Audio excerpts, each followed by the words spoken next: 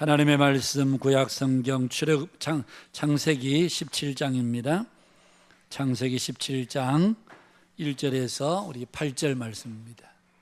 구약 성경 창세기 17장 1절에서 8절 말씀 제가 봉독하겠습니다. 아브라함이 99세 때에 여호와께서 아브라함에게 나타나서 그에게 이르시되 나는 전능한 하나님이라 너는 내 앞에서 행하여 완전하라.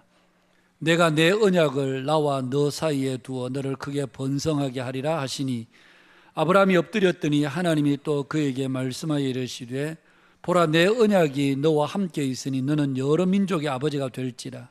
이제 후로는 내 이름을 아브라함이라 하지 아니하고 아브라함이라 하리니 이는 내가 너를 여러 민족의 아버지가 되게 함이니라. 내가 너로 심히 번성하게 하리니 내가 내게서 민족들이 나게 하며 왕들이 내게로부터 나오리라.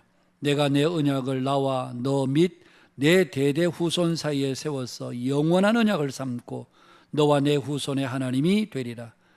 내가 너와 내 후손에게 내가 거류하는 이 땅 곧 가나안 온 땅을 주어 영원한 기업이 되게 하고 나는 그들의 하나님이 되리라. 아멘.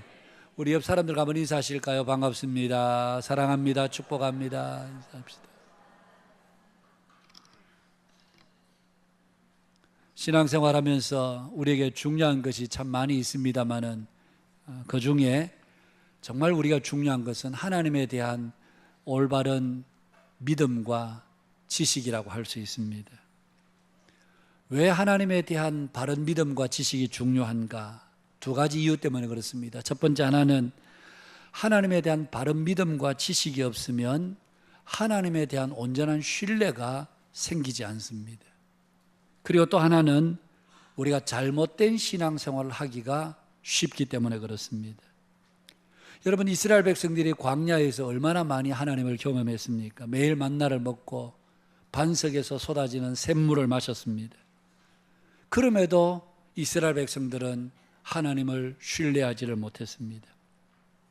가나안 땅에 들어가서도 하나님께서 많은 증거들을 보여주셨지만 그들은 마침내 하나님을 저버리게 됩니다. 온갖 우상들을 섬기게 되고요. 하나님의 말씀에 잘 순종하지가 않습니다.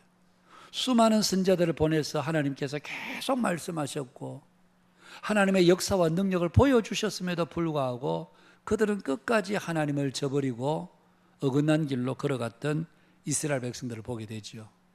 그들의 근본적인 원인은 하나님이 어떤 분이신지 그들이 정말 온 마음으로 온전히 그들이 경험하지 못했기 때문이었습니다. 신약의 유대인들도 마찬가지죠. 하나님을 제대로 알지 못하자 그들의 신앙생활은 형식적인 신앙생활로 전락하게 됩니다.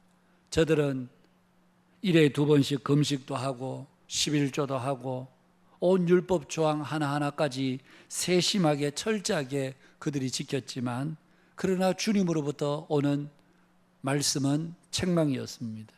화 있을진저 외식하는 서기관과 바리새인들이여.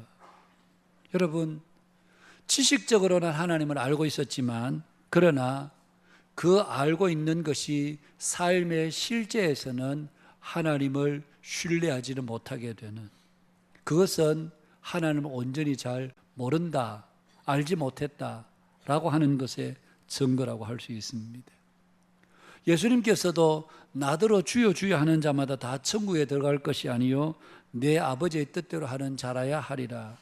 입으로는 주님을 부르고 있지만 그러나 말씀을 따라 살지 않고 그냥 말만 주님 주님 불렀다는 얘기입니다. 베드로가 주는 그리스도시요 살아계신 하나님의 아들입니다 고백합니다. 여러분, 이보다 더 완벽한 고백은 없습니다. 주는 그리스도시고 살아계신 하나님의 아들입니다. 그러나 고백은 했지만 베드로 역시도 주님을 잘 몰랐습니다. 그래서 주님으로부터 사탄아 내 뒤로 물러가라. 너는 나를 넘어지게 하는 자로다. 여러분, 우리의 믿음 생활은 감정의 뜨거움으로 하는 것이 아닙니다. 우리가 열심을 다해서 하는 것만이 믿음의 생활의 전부가 아닙니다. 우리의 삶에서 하나님을 확신하고 그리고 날마다 그 하나님께로 나아가기를 결단하고 전적으로 우리의 삶을 다 맡기는 것에서 우리의 믿음의 삶이 이루어져야 한다는 얘기입니다. 아브라함이 99세 때에 하나님께서 아브라함에게 나타나셨다. 오늘 본문 1절에서 말씀합니다. 그러면서 하나님께서 아브라함에게 나는 전능한 하나님이라 너는 내 앞에 행하여 완전하라. 여러분, 우리가 지난 주일에도 보았습니다마는 아브라함과 사레는 하나님을 불신하거나 하나님을 의심해서가 아니라 하나님의 약속의 말씀이 자기들의 힘으로 이루어야 된다고 생각하고 애굽 여인 하갈을 취하여서 아들을, 자식을, 후사를 얻으려고 했었습니다. 그들이 하나님을 못 믿어서가 아닙니다. 하나님이 내 몸에서 날짜가 내 상속자가 되리라.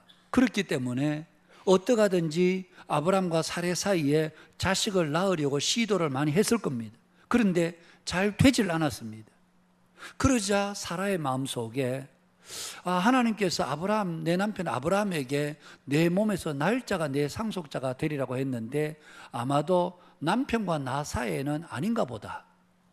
그래서 하갈이 생각하기를 애굽의 여종 이 하갈을 처벌어 주어서 자식을 낳으면 될 것 아닌가. 여러분, 아브라함과 사라가 그렇게 생각했던 것은 전적으로 하나님의 약속을 이루기 위해서였습니다. 하나님의 말씀을 믿지 않거나 의심해서가 아니라 점점 몸은 늙어가는데 이렇게 해서라도 자식을 놓아야 그래야 하나님의 말씀이 이루어질 것이 아닌가.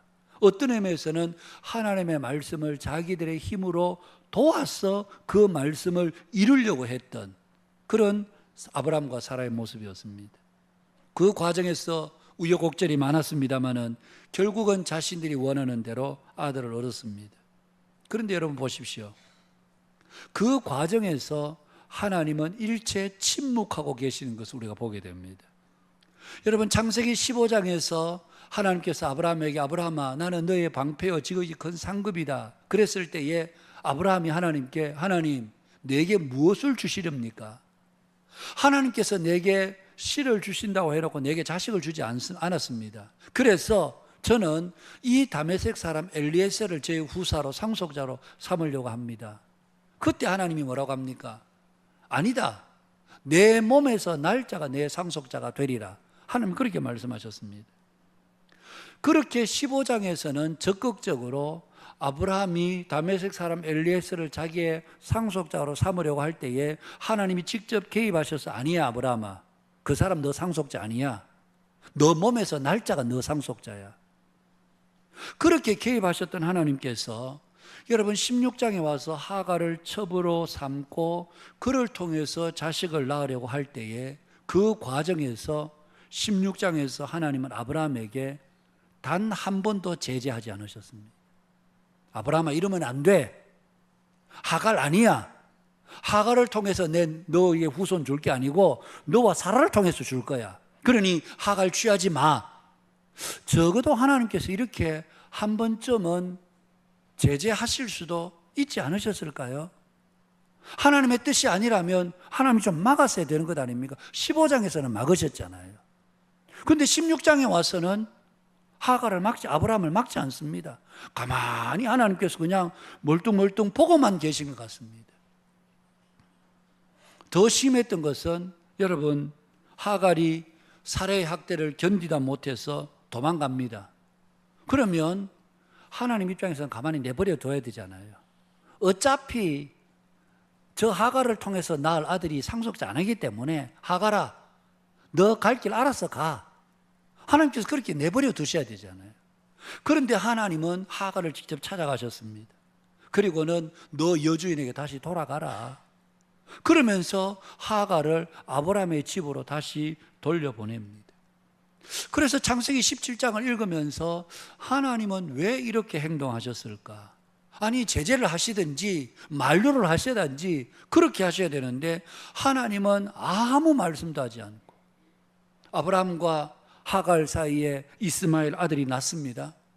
그 아들이 13세 되기까지 99세가 되기까지 86세에 이스마엘을 낳았으니까 아브라함 99세 되기까지 이스마엘이 13살이 되는 그 해까지 하나님은 일체 침묵하고 계셨습니다. 오늘 본문 뒷부분에 나옵니다마는 하나님께서 약속을 주시고 아브라함에게 아브라함아 앞으로 너희 이름을 아브라함이라 하지 마 아브라함이라고 그래라. 열국의 아비가 되라. 사레에게도 사레라 하지 말고 사라라고 하라. 열국의 의미가 되리라. 그렇게 말씀하시고는 하나님께서 할례를 행하도록 하나님께서 구체적인 할례의 언약을 말씀해 주셨습니다. 여러분 그때 아브라함이 보인 반응이 오늘 우리가 읽지 않았습니다만 17절에 나옵니다. 17절에 보시면 아브라함이 엎드려 웃으며 마음속으로 이르되 100세 된 사람이 어찌 자식을 낳을까? 사라는 90세니 어찌 출산하리요? 자기가 이제 이미 99세입니다. 사라는 90세입니다. 이미 사라는 여성으로서 출산할 수 있는 모든 몸의 기능이 다 끝났습니다. 더 이상 자식을 낳을 수가 없습니다. 그래서 아브라함에게 하나님께서 이름을 바꿔주고 할례 언약을 말씀해 주시고 그럴 때 아브라함이 엎드려 어떤 의미에서 조세 웃음을 웃는 겁니다. 웃으며 마음속에 이르되 100세 된 내가 어떻게 아이를 낳느냐. 이미 사라는 끊어졌는데 여성으로서 다 이미 생산 능력이 다 있는데 무슨 자식을 낳겠단 말인가. 그러면서 18절에 아브라함이 이에 하나님께 아뢰되 이스마엘이나 하나님 앞에 살기를 원하나이다. 여러분 무슨 뜻입니까? 하나님, 이제 하나님 그렇게 말씀하셔도 소용없습니다. 이름을 바꾸고 뭘 해도 하나님 소용없습니다.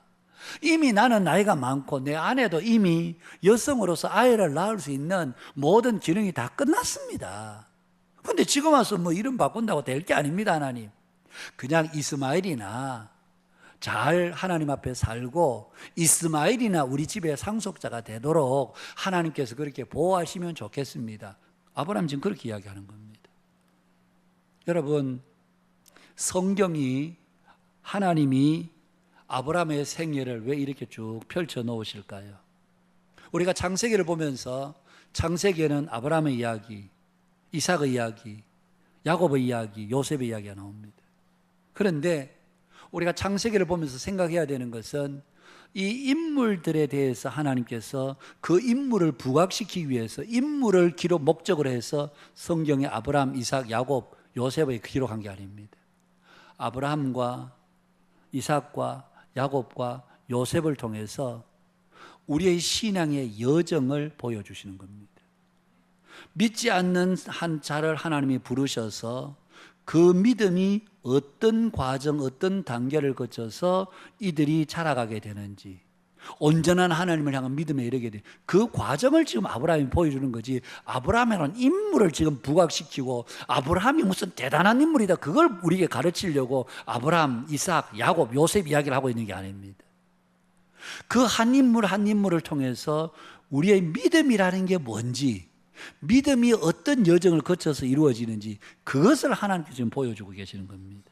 여러분, 그래서 하나님은 아브라함에게 이렇게 아브라함이 실수를 하고 말씀에 어긋난 약속을 해줬음에도 약속에 어긋난 행동을 해도 하나님께서 가만히 버려두시는 이유는 바로 아브라함 자신에게 그리고 아브라함의 기사를 읽는 오늘 우리 모두에게 하나님이 어떤 분이신지 그리고 믿음이란 어떻게 자라가는지 그 과정을 우리에게 보여주고 있는 것입니다.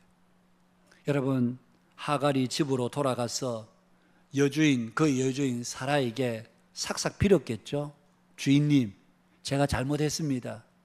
제가 주인님의 아기를 가졌다고 함부로 경거망동했던 것 진심으로 용서해 주십시오. 제가 다시는 그러지 않겠습니다. 그러면서 여주인 사라에게 삭삭 빌었겠죠. 그러면서 제가 광야에 갔는데요, 하나님께서 거기에 나타나셔서 저에게 이렇게 말씀하셨습니다. 그래서 다시 돌아왔습니다. 그 이야기를 쭉 들어보니까 아브라함도 사라도 하나님께서 보내셨다는 다시 내쫓을 이유가 없잖아요. 그래서 하갈을 그의 집에 머물게 했고 때가 되어서 이스마엘 아들을 낳았습니다.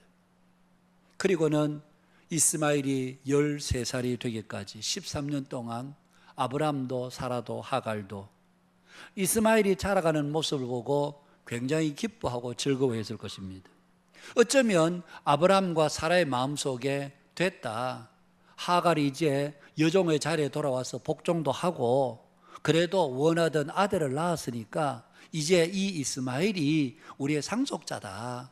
그러면서 아브라함도 사라도 철떡같이 이스마엘이 자신의 상속자가 될 것을 그들은 믿고 13년을 지내왔었습니다.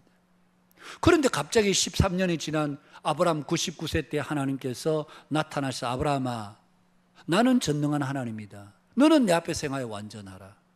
그렇게 말씀하시자 아브라함은 하나님, 이제는 다 끝났습니다. 저도 아내 사라도 다 끝났습니다. 그래서 속으로 웃으면서 이스마엘이나 하나님 잘 살게 되기를 원하고 이스마엘이 앞으로 우리 가정의 상속자가 되기를 원합니다. 그런 내용을 지금 아브라함 하나님 앞에 이야기하고 있는 겁니다. 여러분, 하나님은 왜 이 모든 과정에서 침묵하셨을까? 왜 13년이 지난 뒤에 하나님께서 아브라함에 나타나셔서 나는 전능하다, 너는 내 앞에 행하여 완전하라, 하나님은 왜 그렇게 말씀하셨을까? 여러분, 여기서 전능한 하나님이라는 말 뜻은 히브리어로 엘샤다이, 하나님의 여러 가지 이름이 있습니다. 전능한 하나님 엘샤다이라고 하는 이름입니다. 여기에서 엘이라는 말은 하나님, 샤다이라는 말은 모든 것을 충족케 한다, 이루지 못할 것이 아무것도 없다. 엘샤다이라는 말은 하나님은 모든 것을 충족하시는 하나님이시고 하나님이 이루지 못할 것이 아무것도 없는 그런 하나님이라니. 아브라함에게 아브라함아, 나는 너에게 전능한 하나님이다. 내가 너에게 이루지 못할 것이 아무것도 없고 모든 것이 내게 가능한 하나님이다. 그러면서 너는 내 앞에 행하여 완전하라. 여기서 내 앞에 행하여 완전하라는 말은 히브리어 문장을 보면 두 문장입니다. 내 앞에서 행하라, 그리고 완전하라. 내 앞에서 행하라는 말은 에녹이나 노아가 하나님과 동행하면서 하나님 앞에 살았던 것처럼 아브라함아, 너 하나님 앞에 서 있어. 내 앞에 서 있어. 그리고는 완전하라는 말은 너의 믿음을 흐트러지게 하지 마. 어떤 의미에서는 하나님이 99세에 아브라함에 나타나셔서 좀 엄한 말로 하나님께서 책망하시는 것이나 마찬가지였습니다. 왜 하나님께서 이렇게 말씀하셨는가? 바로 하나님께서 13년 동안 아브라함을 내버려 두셨지만 이제 하나님께서 하실 일들을 명확하게 아브라함에게 보여주시기 위해서 아브라함아, 내가 어떤 하나님인지 너에게 보여줄 거야. 너 흐트러짐 없이 내 앞에 똑바로 서. 내가 너에게 나 여호와가 어떤 하나님인지 내가 보여줄 건데 나는 너에게 전능한 엘샤다이 하나님이시다. 그렇게 지금 아브라함에게 말씀하고 있는 것입니다. 여러분, 오늘 이 말씀을 통해서 하나님께서 우리에게 가르치시는 것이 무엇입니까?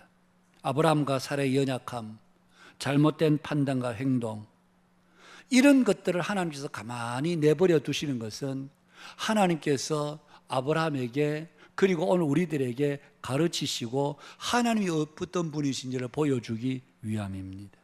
하나님은 전능하신 분이시다. 여러분, 고난 가운데 있었던 욥은 정말 하나님이 의문스러웠습니다. 그는 욥은 이전까지는 단 한 번도 하나님을 의문스러워하지 않았었습니다. 하나님은 공의로우시다, 성실하시다, 하나님은 진실하시다.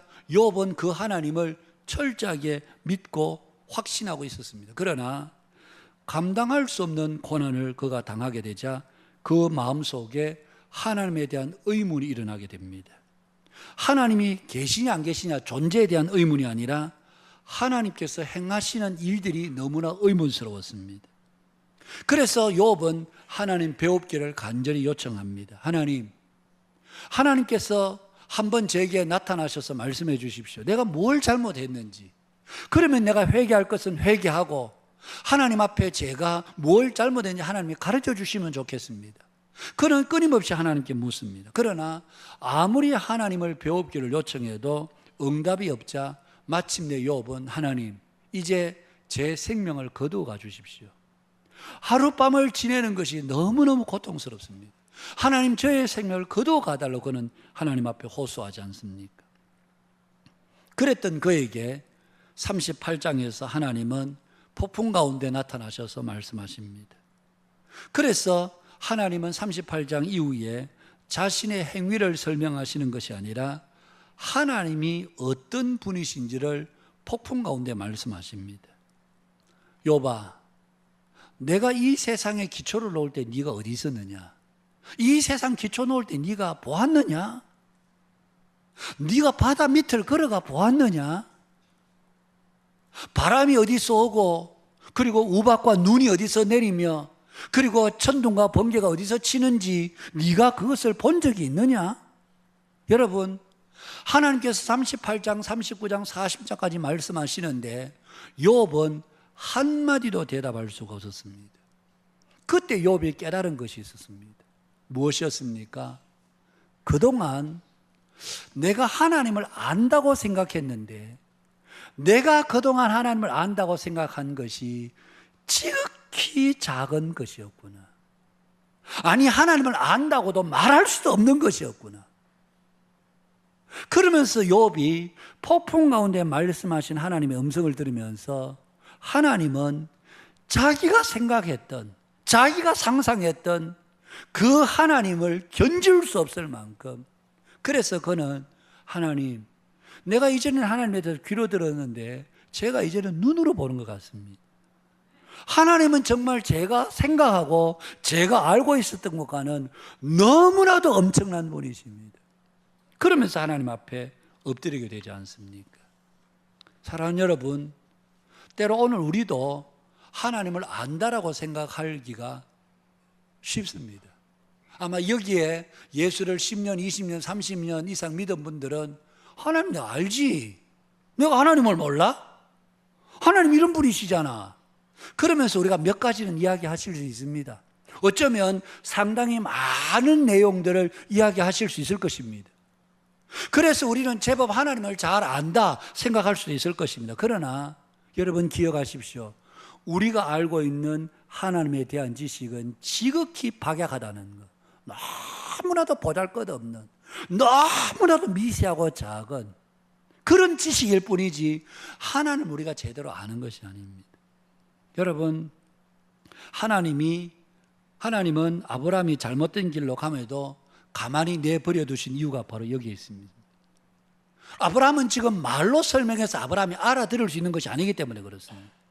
그래서 하나님은 13년 동안 침묵하면서 아브라함이 가는 길까지 가보도록 하고, 이제 하나님께서 하실 일은 아브라함의 육체적인 능력이 다 끊어지고 그의 아내 사라도 더 이상 출산의 능력이 다 끊어졌을 때, 그래서 아브라함이 하나님 이제 끝났습니다.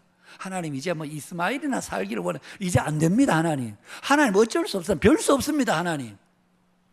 그래서 그는 심중에 웃으며 이스마엘이나 살기를 원합니다.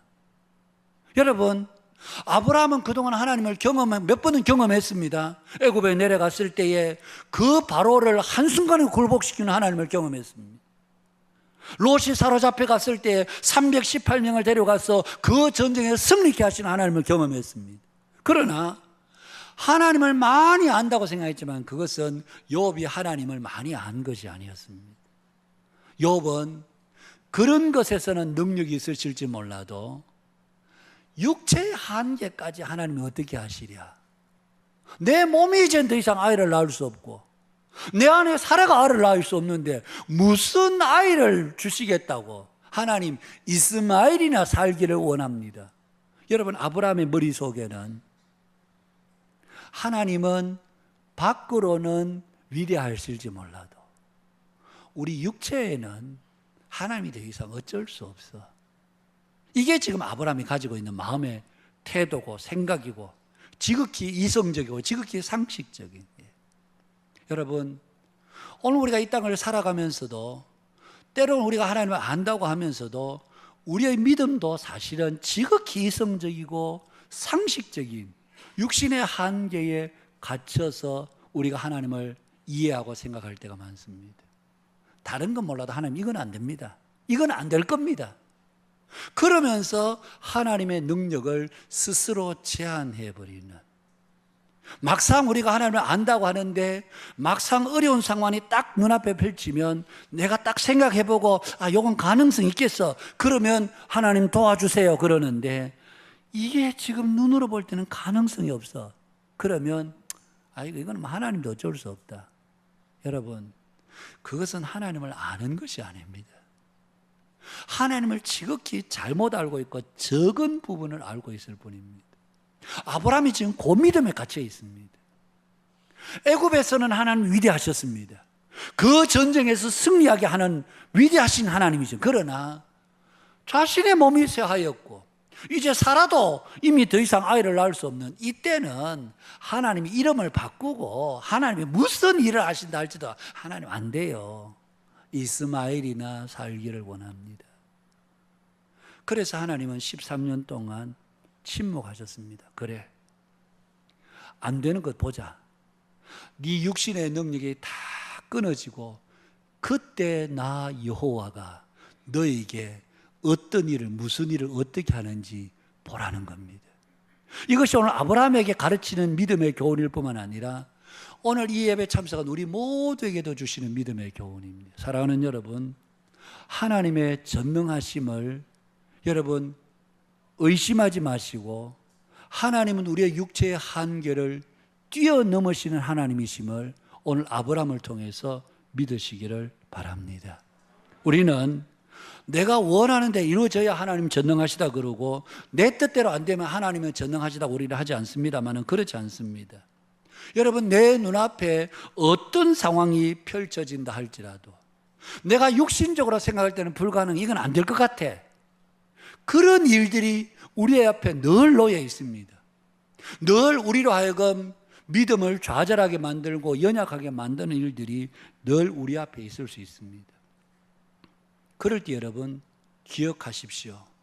오늘 창세기 17장에 엘 샤다이 하나님, 모든 것을 충분히 이루시는 하나님, 육체의 한계와 육체의 능력을 뛰어넘어서 역사하시는 그 하나님, 그 하나님이 오늘 또 저와 여러분의 하나님이신 것을 여러분 굳게 믿으시기를 바랍니다. 그래서 창세기 17장의 이 믿음이요, 아브라함의 믿음에 굉장히 전환점을 가져옵니다. 여러분, 아브라함과 사라가 이미 이제 자식을 낳을 수 없어. 그런데 그들이 100세에 여러분 아이를 낳았습니다. 놀라운 일입니다. 그러자 여러분 창세기 22장에 가면 하나님께서 아브라함에게 너 아들 독자 이삭을 내가 지시한 한 산에 가서 번제로 내게 바치라. 그랬을 때 아브라함이 그 말씀에 거역하거나 하나님 저는 다른 건 몰라도 이건 안 됩니다. 이 자식이 어떤 자식이냐. 저 하나님 안 됩니다. 그렇게 하지 않고 조금도 주저함 없이 그 아들을 데리고 이삭을 데리고 모리아 산으로 올라갈 수 있었던 것은 모리아 산으로 올라가면서 아브라함은 생각했습니다. 이 아들 내 육신으로 낳은 아들이 아니야. 이미 우린 육신은 다 끝났어. 그럼에도 하나님께서 주신 아들이라면 설령 이 아들을 모리아산에 가서 번제로 바친다 할지라도 하나님은 죽은 자 가운데서 다시 살리실 것이라는 그 믿음을 가지고 모리아산으로 올라갑니다. 아브라함으로 하여금 하나님께서 바로 이런 믿음을 경험하게 하신 것입니다. 아, 하나님은 우리의 육체의 능력에 매이시는 분이 아니구나. 육체의 능력을 뛰어넘어서 하나님은 전능하신 이루지 못할 것이 없는 우리의 생각과 이성과 상식을 넘어서 역사하신 하나님이 바로 전능하신 하나님이심을 아브라함이 배웠고 그 믿음이 모리아산까지 이어지게 된 것이었습니다. 사랑하는 여러분, 오늘 우리가 이 성찬에 참석하게 됩니다. 떡을 받고 잔을 받습니다. 이 떡과 잔은 단순히 한 조각의 떡과 한 잔의 잔이 아닙니다. 이 떡과 잔은 우리에게 영원한 생명을 주신 떡이요 잔입니다. 여러분, 우리는 이 떡과 잔을 받을 때 우리의 마음속에 기억해야 되는 것은 내가 육체로 사는 존재가 아니구나. 내 속에는 이 세상에 가지지 못한 영원한 생명이 내 속에 있구나. 사랑하는 여러분, 우리가 육체로 사는 동안은 힘든 일도 있고 어려운 일도 있고 답답한 일도 있고 괴로운 일도 있을 수 있습니다. 그러나 여러분 기억하십시오. 우리의 삶에 어떤 상황이 펼쳐진다 할지라도 하나님은 우리의 삶을 붙드시고 이끄시고 모든 삶에서 그 능력을 나타내시기에 충분하신 하나님이시다. 뿐만 아니라 우리에게는 육신의 생명이 끝이 아니고 영원한 생명이, 부활 생명, 예수님의 생명이 우리 모두에게 주어졌음을 여러분 조금 더 의심하지 마시고 이 떡과 잔을 받으시길 바랍니다. 이 떡과 잔을 받을 때에 내 안에 예수님의 생명이 있다. 예수님이 대신 죽으시고 부활하신 그 생명이 내 안에 흐르고 있다. 여러분, 이 생명을 확신하는 사람은 세상을 두려워하지 않습니다. 뭘 먹을까, 뭘 입을까 그렇게 심각하게 고민하지 않습니다. 여러분, 예수님의 생명을 가진 사람은 육신적으로 이렇게 저렇게 살다가 죽더라도 그것은 죽음이 죽음으로 끝나는 것이 아니라 주님께서 우리가 쇠하지 않고 마르지 않는 영원한 생명을 살게 된다는 그 소망과 기쁨이 확실하기 때문에 육체적으로 마지막을 만나더라도 그들은 조금 더 당황하거나 두려워하지 않고 그 영원한 생명을 확신하고 육신의 눈을 감게 되는 것입니다. 이게 믿음의 사람들이 우리에게 보여준 삶의 모습입니다. 믿음의 사람들은 죽음 앞에서 두려워하거나 무서워하거나 떨지 않고 내가 오늘 이 육신의 눈을 감더라도 주님 안에서 영원한 생명을 제가 삽니다. 그래서 정말 주님을 만나는 기쁨과 감격 속에 그들이 육신의 생명의 마지막을 맞이하게 됩니다. 많은 초대교회 성도들이 그랬습니다. 육신적인 죽음 앞에서도 그들은 무서워하거나 살려고 발버둥을 치지 않고 히브리서 11장에 나오는 믿음의 여인들은 영원한 더 좋은 생명, 부활의 생명을 확신했기 때문에 자신의 육신의 생명을 구차히 구걸하지 않는 그 죽음 앞에서 믿음을 부인해 가면서까지 육신의 생명을 더 연장해 보려고 애쓰지 않는, 왜? 더 좋은 부활의 생명이 그들 속에 확신되었기 때문에 그들은 사나운 짐승의 밥이 되면서도 아멘, 주 예수여 어서 오시옵소서, 그렇게 찬송을 부르며 주님 앞에 설 수 있었던 것은 그들이 생명이 2개고 3개이기 때문에 그런 것이 아니라 그들 속에 영원한 생명이 확신되었기 때문에 그렇습니다. 오늘 이 성찬에 참여하면서 우리 한빛교회 모든 성도들이 이 영원한 생명을 더 뜨겁게 생생하게 확신하면서 주님, 나는 살아도 주님 안에서, 죽어도 주님 안에서, 영원히 주님 안에서, 나를 믿는 자는 죽어도 살겠고 무릇 살아서 나를 믿는 자는 영원히 죽지 아니하리라 하시는 말씀을 우리 가슴 속으로 확신하면서 이 성찬을 통해서 우리에게 주신 영원한 생명을 더 기쁨으로 누리는, 더 이 땅을 살아가면서 믿음으로 살아가는 저와 여러분, 엘샤다이 전능하신 하나님을 매일매일 삶에서 경험하는 우리 모두가 되실 수 있기를 주님의 이름으로 축복합니다.